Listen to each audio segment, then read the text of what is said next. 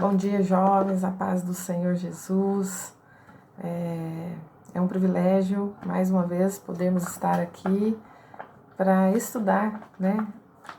Mais uma lição da nossa Escola Bíblica Dominical. Hoje nós vamos analisar a lição, estudar a lição 3, que data do dia 19/4, né? 19 de abril de 2020. E é um assunto muito interessante, né? Nós estamos trabalhando nesse trimestre Tempos de Conquista, né? Uma análise aí do livro de Josué, né? Um livro de fé, um livro de obediência, um livro que traz muito conhecimento para a gente, né?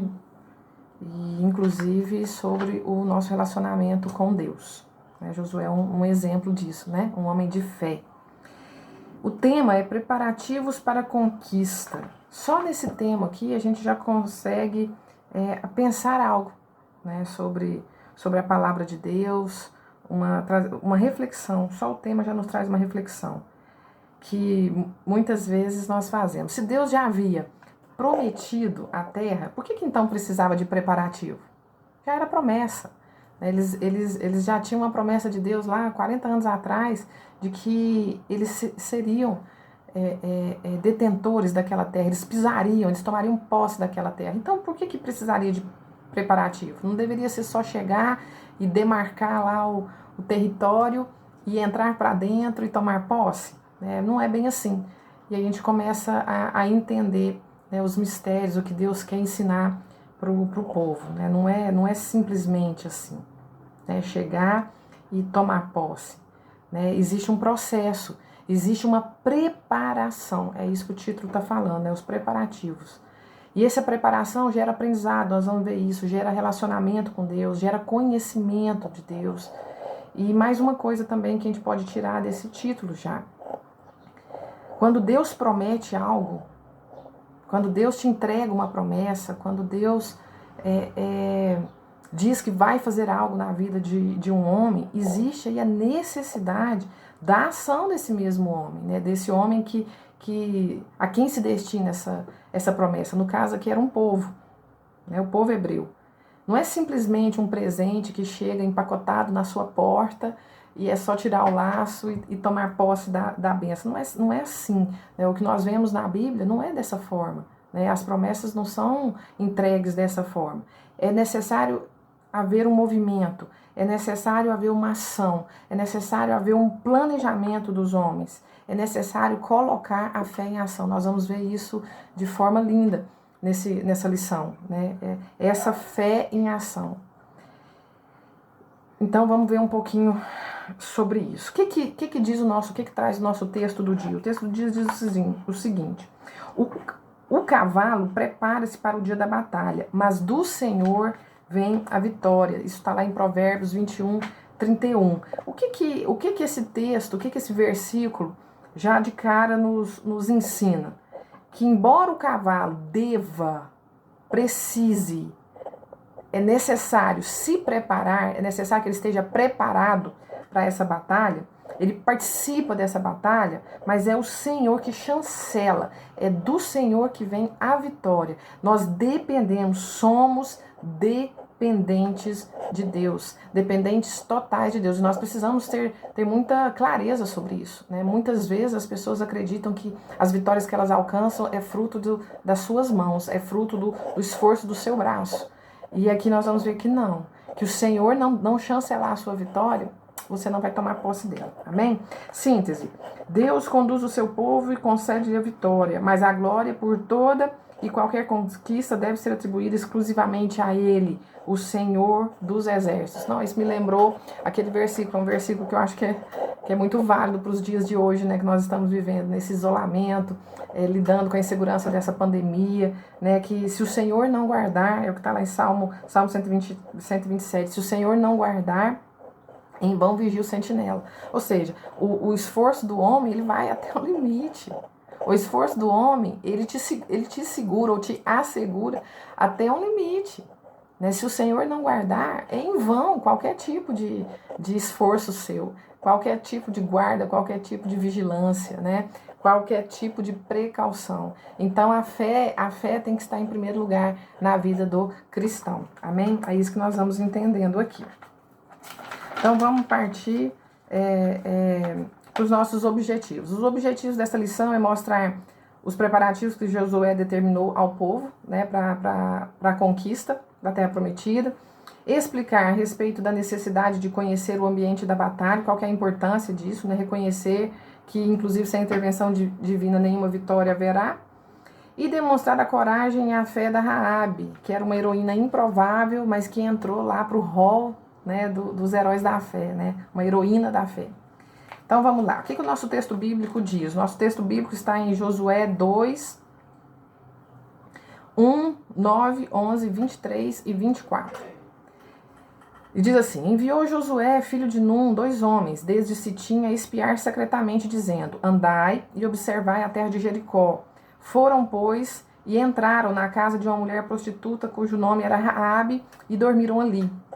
E disse aos homens: bem sei que o Senhor vos deu essa terra, e que o pavor de vós caiu sobre nós, e que todos os moradores da terra estão desmaiados diante de vós. Olha a fé de uma mulher que não era hebreia, né, que talvez ela tenha conhecido Deus e ouviu falar, mas eu acredito que Deus se revelou a essa mulher, porque é muito bonita a fé dela, a ponto de, às vezes, superar o povo que seria o povo de Deus, né?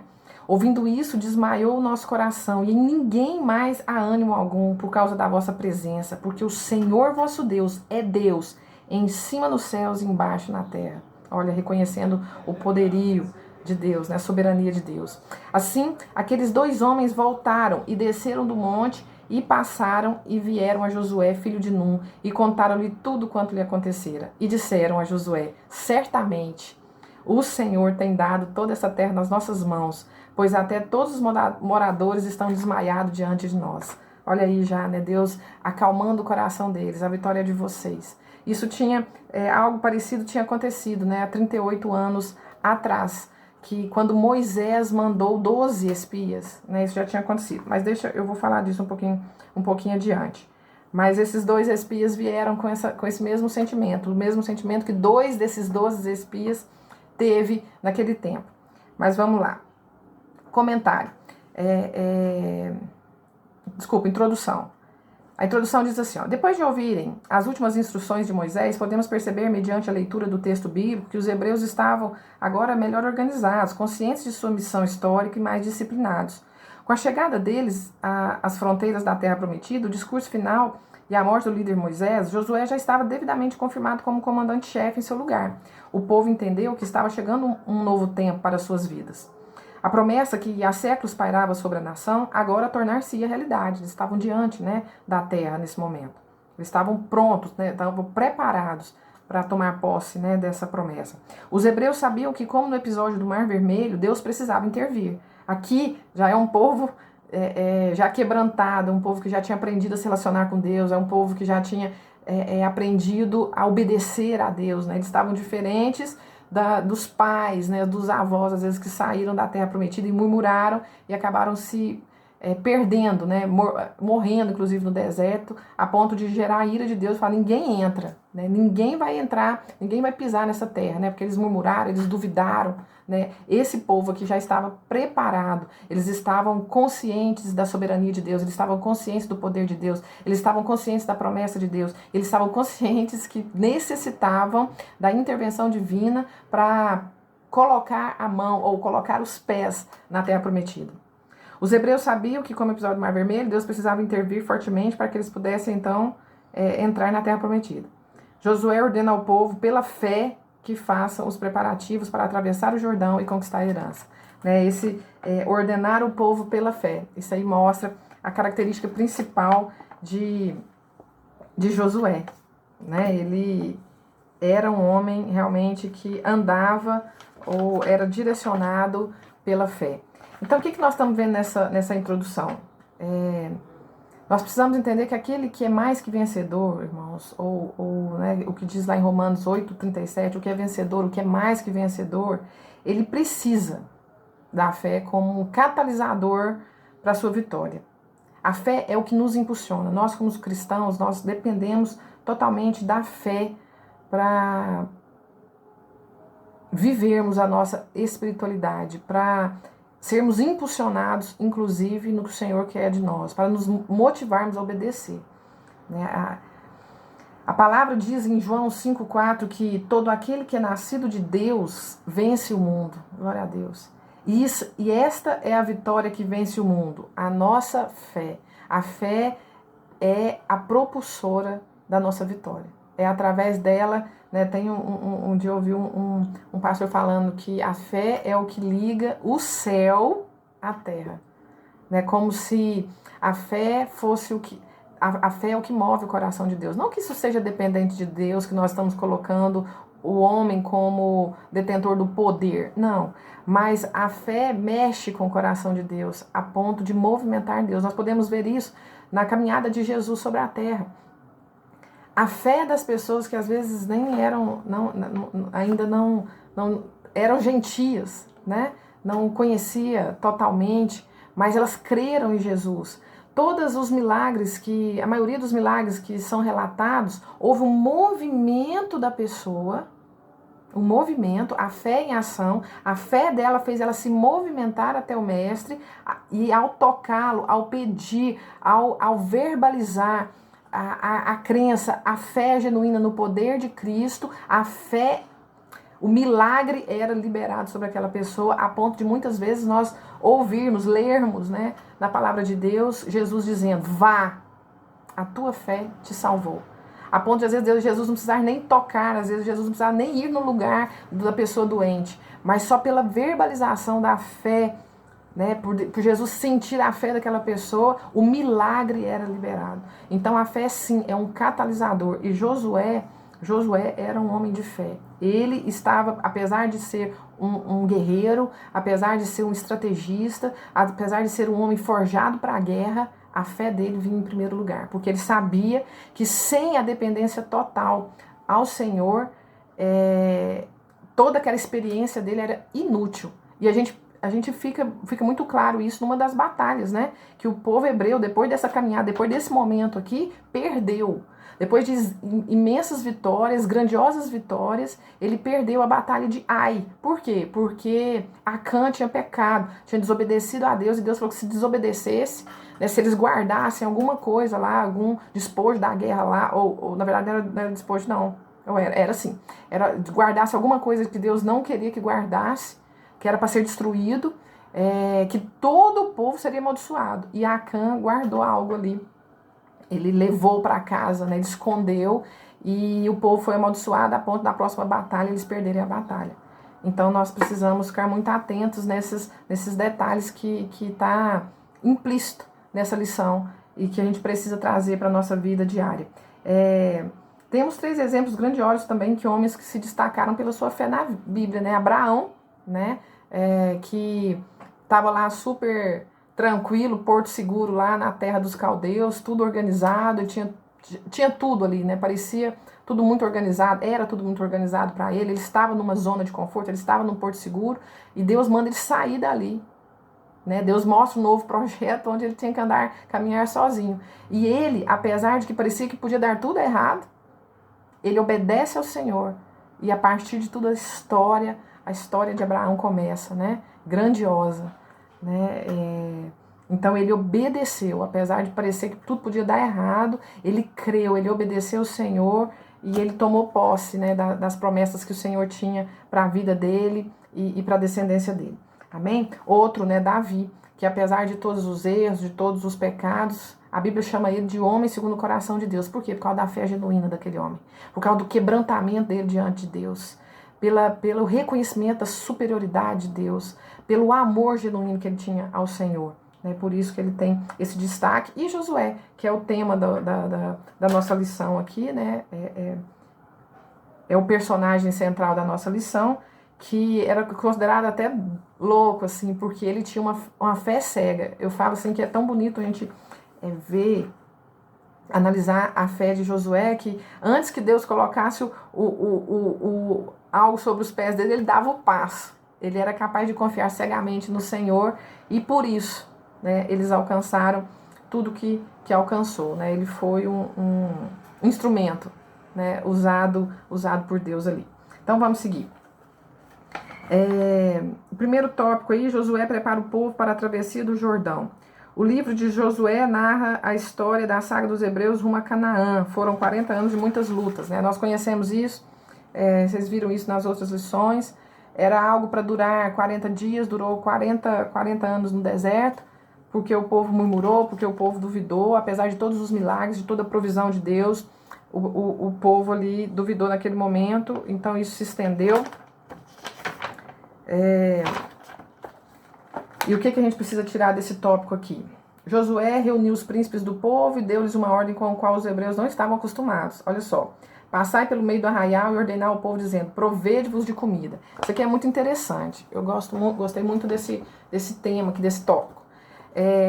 Até então, eles ficaram 40 anos, né? 38 anos, 40 anos rodando no deserto ali. E Deus falando que não era para eles guardarem o maná. O maná era para cada dia, né? Eles viviam aquilo que a oração que o Senhor nos ensinou diz, né? O pão nosso de cada dia. Então, eles não podiam guardar, né? O maná caía, eles preparavam o alimento para o dia. Eles se alimentavam ali. Então, não era para guardar. O que eu entendo aqui? Por que agora isso mudou? Porque mudou, a história mudou, o momento histórico mudou, as circunstâncias mudaram. Eles estavam diante agora da terra prometida e eles iam entrar em momentos de guerra. Naquele momento no deserto, tanto que isso ficou muito claro com a desobediência do povo, com a murmuração do povo. Mas então a lição que aquele povo precisava na época do deserto, né, nos 40 anos rodando em círculo aí, era de dependência. A lição era de dependência total de Deus. O povo não sabia depender de Deus. Tanto que a maioria não tocou a terra, não pisou na terra, porque eles não aprenderam a lição de dependência total. Então a lição que Deus tinha para aquele momento era de dependência. E agora, diante da terra prometida, diante de inúmeras batalhas que iam começar, agora a lição que Deus queria ensinar era de previdência. O quê? O ato de providenciar, o ato de se preparar, o ato de planejar. Então aqui demonstra assim, esse povo já tinha evoluído, já tinha aprendido a dependência de Deus, agora passa para uma próxima lição. O que isso a gente traz isso para a nossa prática diária? Que cada momento da nossa vida, talvez nós passamos por desertos sim, e são desertos pedagógicos. Por quê? Porque o Senhor quer que nós elevemos o nível. O Senhor quer que nós mudemos de degraus. Eu gosto muito da analogia, eu uso isso muito, inclusive, dentro da clínica psicológica. Nós estamos aqui para melhorar diariamente. Nós precisamos nos analisar hoje, olhando para amanhã, e falar assim, olha, eu preciso ser melhor do que eu fui ontem. Isso é subir degraus. É isso que a Bíblia fala, inclusive, sobre a maturidade cristã. Né? Quando, naquele texto que fala sobre comer papinha, né, outros já estão comendo alimento sólido. É assim mesmo, nós precisamos evoluir. Então, naquele tempo do deserto, o povo precisava da lição de dependência. Nesse tempo aqui, o Senhor queria ensinar a lição sobre provisão, de aprender a planejar. Ok? Era um outro tempo. Amém? Então, traz isso para a sua vida. A cada momento da sua vida, a cada lição que você aprende, Deus te prepara para um próximo degrau e ali tem uma outra lição a ser aprendida. É igual a nossa vida acadêmica, né? Você encerra o primeiro ano, passou nas provas, foi aprovado, você se prepara para a próxima prova. É assim a nossa vida. Amém? É assim a nossa caminhada cristã. 2. Convoque as tribos. O que eu quero dizer aqui de mais importante? Ele convocou os guerreiros da tribo de Ruben, Gad, metade de Manassés, deveriam ser convocados para atravessarem o Jordão e lutarem, né, guerreiros. Mas uma parte ficaria para proteger mulheres e crianças, bem como o patrimônio que estava na Transjordânia.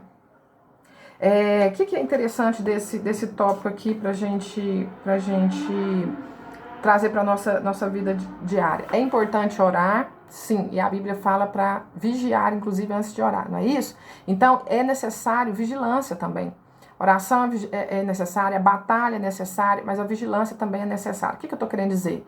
Que cada pessoa, ela é forjada, ela é preparada para assumir um papel. Ali naquele momento tinha os preparados para a batalha, para enfrentar aquilo, e não menos importante, aqueles que foram forjados, preparados para ficar e defender suas famílias. Até tem um texto em Neemias que eu acho muito bonito, Neemias 4,14, que diz, deixa eu ver, estou com a minha Bíblia aqui, ó.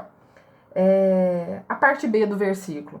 E pelejai pelos vossos irmãos, vossos filhos, vossas filhas, vossa mulher e vossa casa. Isso aí também é função. Isso aí também faz parte de uma atividade de obreiros, inclusive. O que eu quero dizer? Que cada pessoa dentro da igreja, ela tem uma função. Tem pessoas que vão batalhar, vão lá enfrentar Satanás diretamente na batalha, tem pessoas que vão ficar na intercessão, tem pessoas que vão cuidar da limpeza da igreja, tem pessoas que vão cuidar do louvor, e nada como um órgão, como um corpo, né, que é a analogia que a Bíblia traz, como um corpo, cada órgão é imprescindível que funcione bem. Então não importe qual seja a sua função, qual seja a sua vocação, não importe para o que o Senhor te levantou. Importa que você precisa fazer aquilo com maestria, precisa fazer aquilo com dedicação, porque cada função é muito importante para o corpo. Cada órgão precisa estar em funcionamento, mesmo que seja aparentemente o menor deles. Se ele não funcionar, ele causa um distúrbio em todo o corpo. Eu acho que esse tema aqui, esse tópico, veio para nos ensinar isso. Tá? Exerça a sua função com maestria, seja ela qual for. Por quê? Porque nós não estamos fazendo para homens, nós estamos fazendo para o reino de Deus. E que se a gente fala que Deus a vontade dele é boa, perfeita e agradável, seja o que for que ele colocou na sua mão, é perfeito. E é necessário para aquela comunidade que você está inserida. É necessário para o reino de Deus. Tá? Vai muito além do papel da igreja. Nós não servimos a igreja, nós estamos unidos em igreja para servir o reino. Amém? Glória a Deus. Vamos seguir. Deixa eu ver se tem mais alguma coisa nesse tópico 2 aqui que eu gostaria de falar. Não, é isso mesmo. Tópico 3. Seja fiel ao comandante. Ó, bacana. Seguindo aí, inclusive, a sequência mesmo, né? Do que a gente acabou de falar. Cada um tem seu papel, mas é muito importante que esses papéis sejam exercidos com obediência ao seu líder. Por quê? Vamos pegar esse exemplo, né, do texto aqui, que é o Josué. Josué era vocacionado, inclusive era a boca de Deus no meio daquele povo. Era o homem que foi colocado como comandante para direcionar o povo até a terra prometida, não é isso? Então ele era a boca de Deus, Deus estava falando diretamente com ele. Então ele tinha as estratégias vindas do Senhor. Ele estava sendo direcionado pelo Senhor, né? Mas precisa de uma hierarquia, né? E então esse ponto 3 aqui, esse tópico 3 está vindo nos falar isso. É necessário seguir, é necessário ser fiel ao comandante, porque senão, né, o que a Bíblia fala que uma casa dividida não subsistirá, da mesma forma que um projeto que necessita de várias pessoas, se ele se dividir, se você não seguir o cabeça, o líder, ele vai ruir, ele não vai se concluir. Amém? Então, nós somos peças essenciais para que um projeto maior, um projeto de Deus, funcione. Nós, enquanto igreja, precisamos cumprir o nosso papel, inclusive no direcionamento do nosso líder, do nosso cabeça. No segundo parágrafo, lá no meio desse tópico. Aqui, ó. De nada adianta ter uma bela estratégia e um formidável exército se as pessoas não estão dispostas a obedecer ao líder. Isso é um segredo da arte da guerra. Né? Tem um livro, né, que chama Arte da Guerra, que se você não... Ele traz essa estratégia. Se você não seguir o cabeça, o exército se perde. Né? Então fica muito complicado você vencer sem uma estratégia, sem uma comunhão de ideias. Amém? Sem um direcionamento. Deus já tinha anunciado sua fidelidade a Josué, né? Lá em Josué 1,5 diz assim, né? Como fui com Moisés, assim serei contigo. Glória a Deus. E lá embaixo fala, né, que os hebreus estavam confiando o destino de suas vidas a Josué, por isso eles pedem duas coisas a Josué. Que Josué agradasse a Deus, está lá no versículo 17, que diz assim, que o Senhor seja contigo como foi com Moisés. E que Josué se esforçasse, no verso 18, que Josué se esforçasse, ou seja, desse o melhor de si. Está lá assim, esforça-te. Vai lá, Josué, esforça-te e tem bom ânimo. Então aquele povo estava unido e crente e fiel às regras, ao direcionamento do líder deles. Então isso também foi essencial para a vitória. E na prática da nossa vida nós precisamos entender que nós, como indivíduos, somos muito importantes no todo e inclusive nessa questão da obediência ao nosso líder. Quando que a gente não obedece? quando o líder está totalmente contra a vontade de Deus. Mas aí nós temos que ter sábios de não levantar rebeldia contra o líder, assim como Davi fez com Saul. O que ele fez? Ele viu que ele estava no caminho errado, mas ele deixou Deus se entender com ele. Amém? Não é por rebeldia. Você não tem que fazer uma coisa que vai contra a palavra. Mas você não vai expor, você não vai atacar, você não vai ser rebelde. Mas você vai colocar esse líder aí nas mãos do Senhor. Amém? Então vamos seguir. Continuando, tópico 2, os espias. Subtópico número 1, enviados para reconhecimento da cidade. O que eu quero dizer aqui para vocês? Vamos lá. No final do período da Idade do Bronze, quando foi escrito o livro de Josué, toda a grande cidade de Canaã era, na verdade, uma cidade-estado que tinha o seu próprio exército. Cada cidade naquele tempo tinha seu exército, tinha o seu rei. Tá? É isso que está falando aqui. Vou lá para baixo um pouquinho. Josué enviou 2 homens de confiança para conhecer o local em que a batalha seria travada. É o que nós falamos lá no início, né? Tanto que as pessoas questionam, porque se já estava prometido, se já era a promessa, por que mandar espia? Era uma insegurança de Josué? Nós vamos ver aqui que não, que na verdade era prudência, né? Ele é um líder. Nós precisamos entender, um homem de fé, um homem que confiava no Senhor, mas ele era um estrategista de guerra.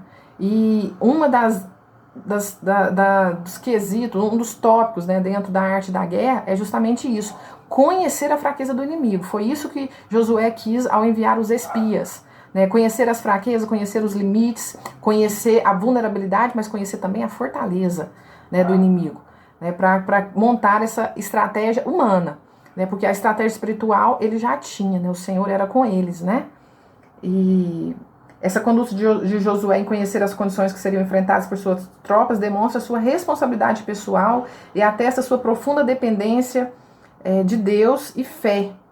Pois, qualquer que fosse o relatório dos espias, ele já havia anunciado que a guerra seria travada. Ele só queria informações sobre o inimigo.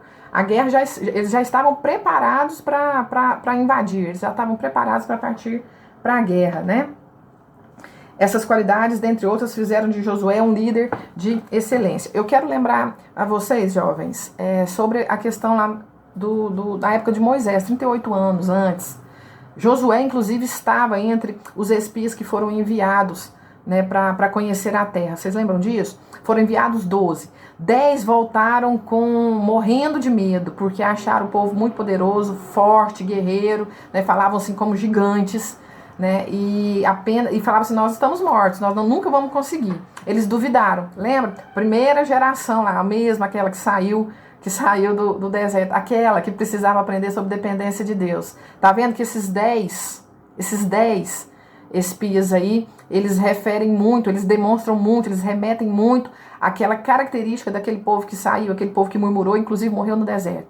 Mais 2, Caleb e Josué, foram os únicos que voltaram com o olho brilhando. Por quê? Eles não viram as circunstâncias, eles não viram simplesmente as fortalezas do inimigo, mas eles viram as promessas, eles viram que ele era uma terra onde derramava, né, leite e mel. Eles viram o maná daquela terra, eles viram a preciosidade daquela terra, tudo que Deus havia prometido que entregaria a eles. Eles olharam para a promessa. Por quê? Porque eles eram os olhos de fé. Tanto que nesse momento aqui, Deus ira com o povo e fala para Moisés que ninguém acima de 20 anos entraria na terra prometida. Por quê? Porque eles não aprenderam sobre dependência, eles murmuravam, eles queriam voltar, por mais que Deus fizesse milagres e desse provisão e protegesse eles estavam murmurando, eles que precisavam de status para adorar, estava assim uma tragédia, né? Então Deus ira com aquele povo, ninguém entra, apenas Josué, daquela geração, acima de 20 anos, apenas Josué e Caleb. Por quê? Porque eles se mantiveram firmes na promessa. Eles se mantiveram firmes na grandiosidade, no poder de Deus. Eles nunca duvidaram. Amém? E hoje, depois de 40 anos, está lá Josué comandando esse exército, comandando esse povo. Amém? Então nós precisamos aprender aqui a questão de duvidar sobre Deus. né? Quem duvida, quem murmura, eu gosto dessa expressão. Quem duvida, quem murmura, quem reclama, quem não crê, anda em círculos, fica rodando aí 40 anos no mesmo lugar. Amém? E não abraça, não toca, não pisa, né, na promessa, né? Não toma posse da promessa. Amém? Outra coisa que eu gostei desse tópico e que eu acho que é importante a gente ressaltar: estratégia de guerra. Né? Nós estamos em batalha, né? Nós entendemos isso, né? Que a nossa luta não é contra carne nem sangue, mas contra os principados e potestades. Então nós temos uma batalha espiritual rolando aí a todo tempo. Né? Então nós precisamos ter armas espirituais, inclusive, para lutar. Por isso que nós temos que estar preparados espiritualmente sempre, armados espiritualmente sempre. E uma das coisas que Josué nos ensina nesse tópico é que eu preciso conhecer o meu inimigo.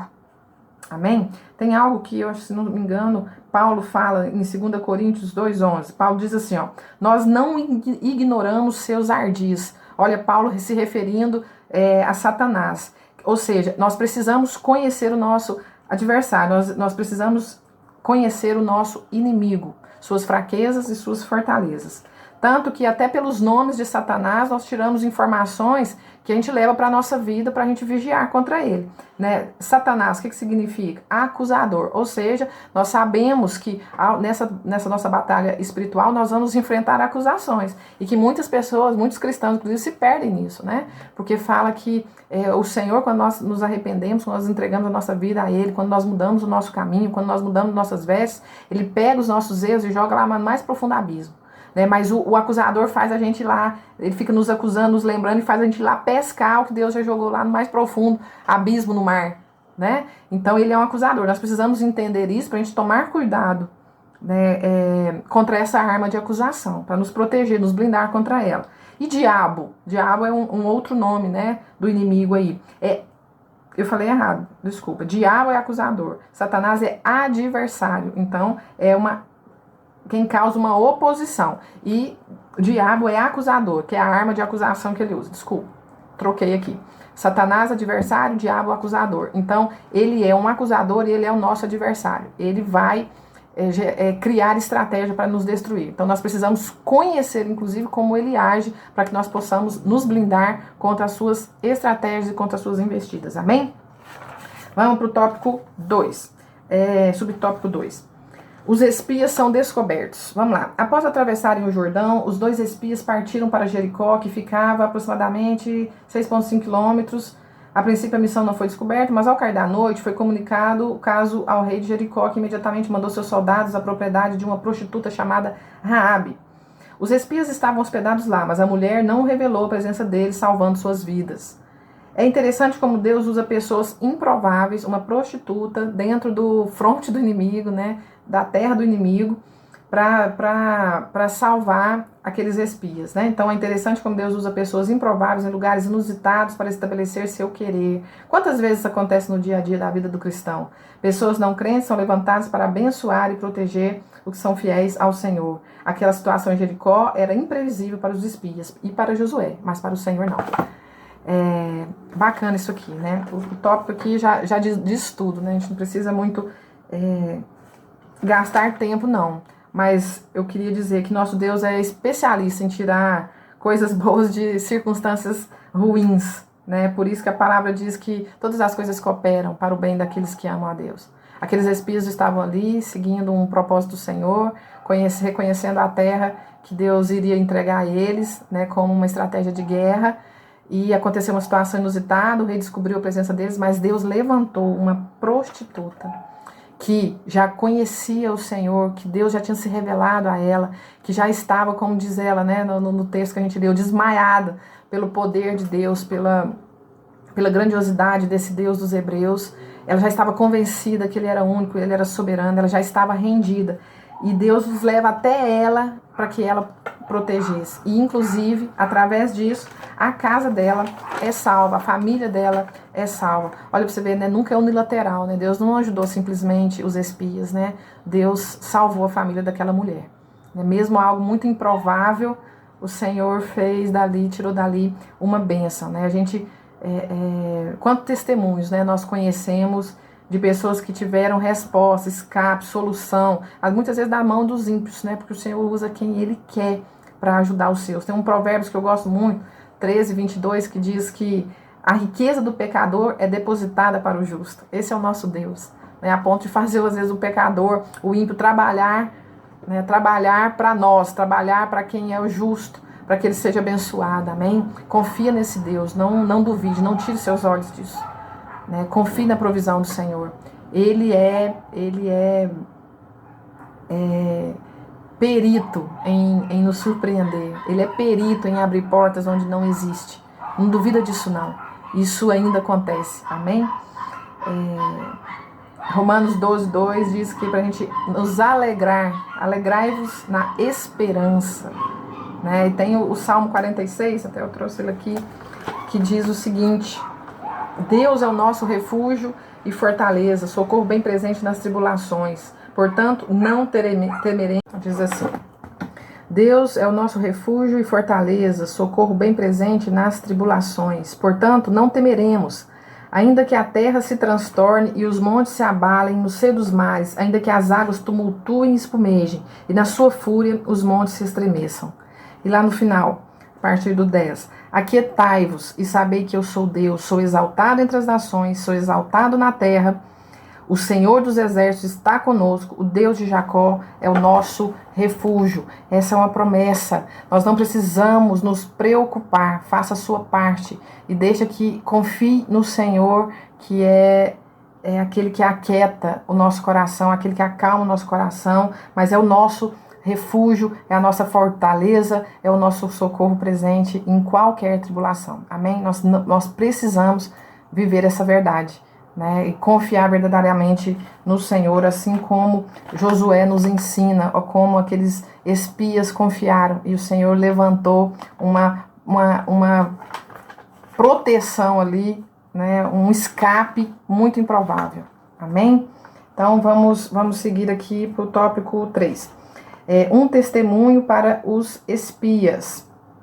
Ao falar com os espias, Raabe revela ter mais fé do que eles próprios, né, falando disso. Bem sei que o Senhor vos deu essa terra, né? Tá lá no 2:9, né? Josué 2:9. Ela ainda acrescentou: o Senhor vosso Deus é Deus em cima nos céus e embaixo na terra. Para a bênção ser completa, ela acrescentou uma informação valiosíssima, que serviria de fortalecimento da fé do exército de Josué, que o pavor de vós caiu sobre nós, e ninguém há mais ânimo algum. Ou seja, o povo ali já estava vencido, né? O povo ali já estava crente que o Deus dos hebreus ia entregar a terra para eles, né? E isso aí fortalece o exército, né? Saber que o povo temia eles, amém? Por causa do poder de Deus. Então, as palavras de Raabe demonstram, né, uma fé até superior àqueles que, né, que eram do povo de Deus, né, que era o povo da fé, amém?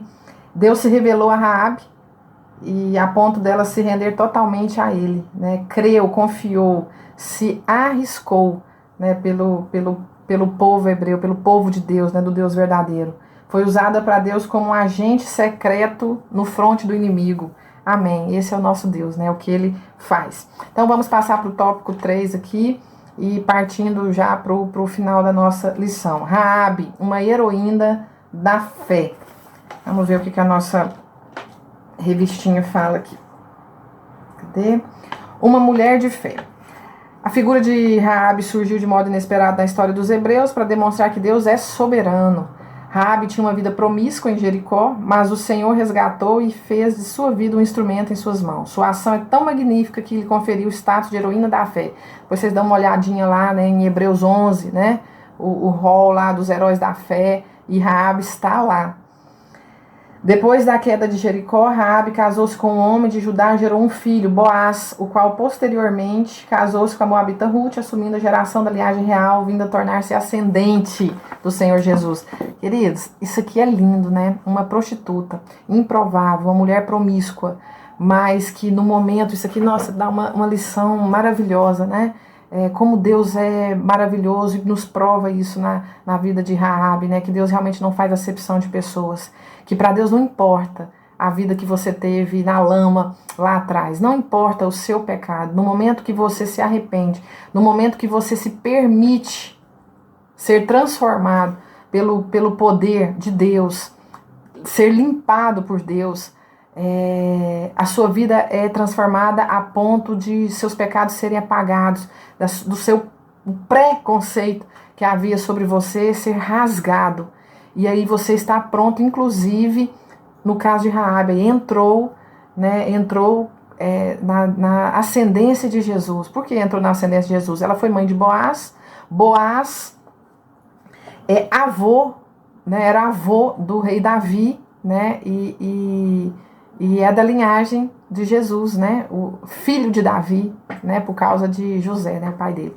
Então, nós percebemos que o poder, né, do Senhor realmente de limpar, de purificar as vestes de uma pessoa, isso é real, isso é verdadeiro.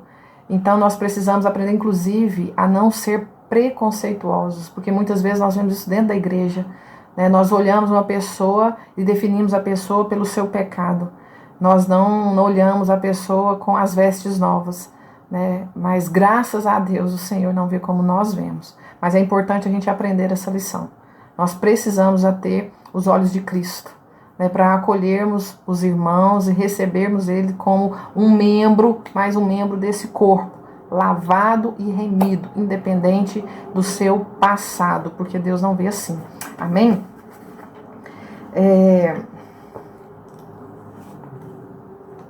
Então a gente vê que a questão da fé, né? A Bíblia diz que a fé é o firme fundamento das coisas que se esperam, a prova das coisas que não se veem. Sem fé é impossível agradar a Deus. Raabe entendeu isso e ela agradou grandemente a Deus quando ela se entregou, né, totalmente ao Senhor por fé. Ela entra aí de gentil, se torna uma filha de Deus. Amém? 2 ensinamentos preciosos aqui. Não importa, né, de onde a pessoa veio, já falamos, não importa o sobrenome, não importa a lama, né, que ela vivia. O milagre da transformação, ele é real e sempre pode alcançar uma vida e mudar o rumo da história de uma pessoa, né? Deus não faz acepção de pessoas. Tanto que Romanos, né, 5:20 nos ensina isso, né, que onde abundou o pecado, superabundou a graça. Em Cristo Jesus, né, no Senhor nosso Deus, isso é possível, né? Nós podemos ver isso em várias histórias de vários personagens da Bíblia. Jefté, por exemplo, que era o filho de uma prostituta que foi expulso, né, pelos meio-irmãos, né, pelos filhos do pai dele, né? Eles não aceitavam ele, mas lá na frente Deus honra ele, eles buscam ele, ele se torna o comandante do exército, ele traz vitória para aquele povo e ele se torna ali um juiz, né, um líder naquele lugar, né? Deus honrando uma pessoa que era improvável, filho de uma prostituta, expulso, rechaçado pelos meio-irmãos ali e depois honrado, né, pelo Senhor. A história de Raabe nos mostra isso, a história de Paulo, né, nos mostra isso, né, um homem perseguidor de cristãos, né, que carregou aí muito sangue de cristão em suas mãos, mas se torna aí um grande perpetuador da palavra de Deus, um homem que lutou grandes batalhas para defender a palavra do Senhor. Amém? Então é muito bonito o que Deus faz, nós precisamos nos lembrar sempre disso, né? A transformação que vem através da cruz, a transformação que vem através do sangue de Jesus na vida do ser humano. Tópico 2, vamos lá. Uma mulher de estratégia. A mentira de Raabe foi um pecado originado da fraqueza de uma pessoa que não conhecia completamente o Senhor e a sua lei. Pessoas amadurecidas espiritualmente resolvem situações complicadas com sabedoria e discriminação, mas sem mentir.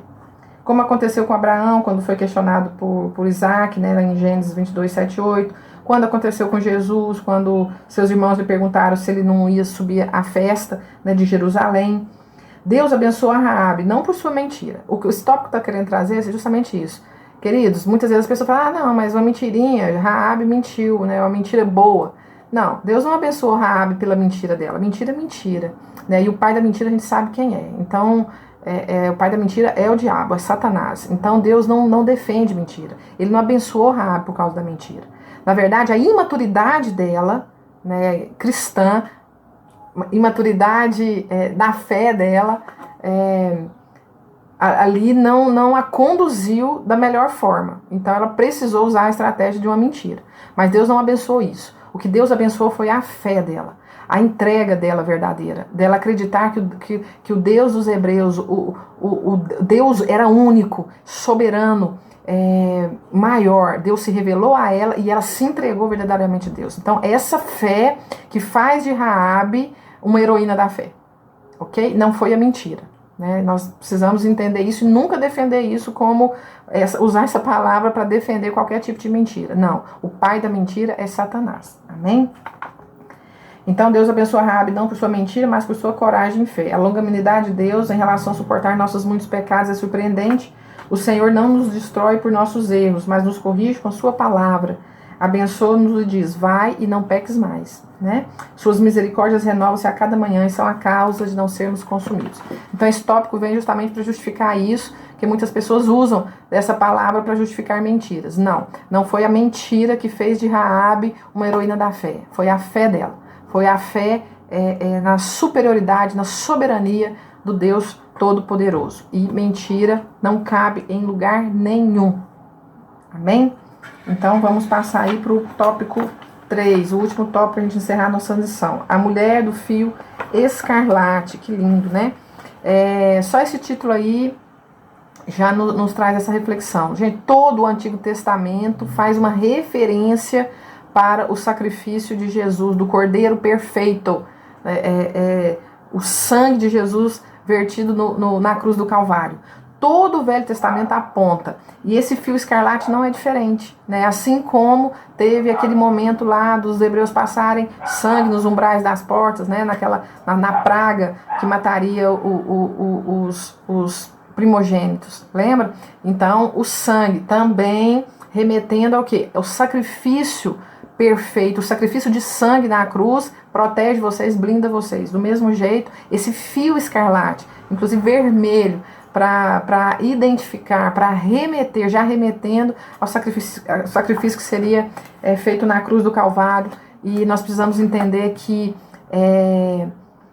esse sacrifício é a base da Bíblia, é o centro da Bíblia. Desde Gênesis a Apocalipse, nós vamos ver que toda a Bíblia ela gera em torno disso. Outras coisas são panos de fundo, são até apáticos, outras histórias são até apáticas, né? Perto do que a figura, do que a representatividade do sacrifício de Cristo gera para as nossas vidas, gera no contexto bíblico. Então, o sacrifício de Jesus é a referência central de toda a Bíblia e todo o Antigo Testamento vai remeter a esse sacrifício. A história de Raabe prefigura um projeto divino que se revelaria séculos depois com seu descendente mais nobre, o Senhor Jesus. O fio de escarlate que pendia sobre a janela de sua casa no dia da invasão, em que a forte muralha caiu, apontava para a gloriosa salvação disponível a todos os homens que se arrependessem dos seus pecados. A gente pode fazer até uma referência aqui. Ela era a única lá onde o fio escarlate estava. É como se, fazendo a referência ao sacrifício de Jesus, ela era a única que estava remida, é a única que estava lavada, é a única que estava purificada, é a única que estava rendida. Então, por isso, ela foi salva. Todos os outros foram mortos. Ela e a família dela, quem estava dentro daquela casa que tinha o símbolo que remetia a Cristo, foi salvo. Então, isso trazendo para o nosso contexto, é justamente isso. Quem se entrega a Jesus dentro do mundo de promiscuidade, que se rende ao inimigo, que serve a outros deuses, quem se rende ao inimigo são salvos. Amém? Essa é a visão. Assim como na saída do Egito foi o sangue do cordeiro nos umbrais, já falamos, que salvou os primogênitos da destruição do anjo da morte, 40 anos depois, Deus, olhando mais uma vez para a cena do Calvário, inspirou os jovens espias a usarem como símbolo de redenção da família de Raabe um fio vermelho, que simbolizava o sangue. O Senhor estava a cada episódio da saga do povo hebreu apontando para o momento em que seu filho desceria do céu e, por amor à humanidade, nasceria de uma virgem e morreria numa cruz, trazendo a salvação. Então, a história de Raabe nos prova, a capacidade, da misericórdia de Deus sobre o que se arrependem, sobre o Senhor realmente nos lava, nos purifica apaga o nosso passado, nos dá vestes novas e nos propõe uma nova história. É isso que nós precisamos compreender aqui. É muito bonito, né? A honra concedida a Raabe de ser ascendente de Jesus apontava para a gloriosa salvação disponível a todas as pessoas que se arrependessem dos seus pecados, né? O Senhor estava mostrando, né, remetendo sempre ao sacrifício de Jesus naquela cruz. E nós não podemos nos esquecer disso, né, que o que somos hoje, a situação que estamos hoje, foi graças ao sangue de Jesus que foi vertido naquela cruz. Foi um sacrifício muito grande, foi um sacrifício de muita dor, mas por amor a nós, o Senhor se entregou para que hoje nós pudéssemos estar aqui. Amém? Então é isso que a lição trouxe, né, que nós possamos entender isso, que na nossa caminhada cristã é preciso obediência cega, é preciso também planejamento em alguns momentos, em cada lição da nossa vida, em cada momento da nossa vida, lições diferentes vêm e que nós precisamos estar abertos a entender, a compreender, a aceitar, a obedecer o que o Senhor impõe nas nossas vidas, para que nós possamos subir esses degraus e se aproximar, né, o mais rápido possível da estatura de varão perfeito, que é o que o Senhor quer de nós. Amém? Para concluir aqui, a conclusão que a revistinha traz, o livro de Josué conta a história de milhões de hebreus que estavam cheios de fé, unidos ao líder, esperando um milagre para atravessar o Jordão rumo a Canaã, rumo à terra prometida. O povo, atendendo à ordem de Josué, preparou-os para a conquista e Deus fez o milagre. Levantou até inimigos para os ajudarem, como foi o caso de Raabe, a meretriz, a qual pela fé não pereceu, com os incrédulos, acolhendo em paz os espias. Amém? Que essa lição seja bênção para vocês e fiquem com Deus, na paz do Senhor e até a próxima oportunidade. Até!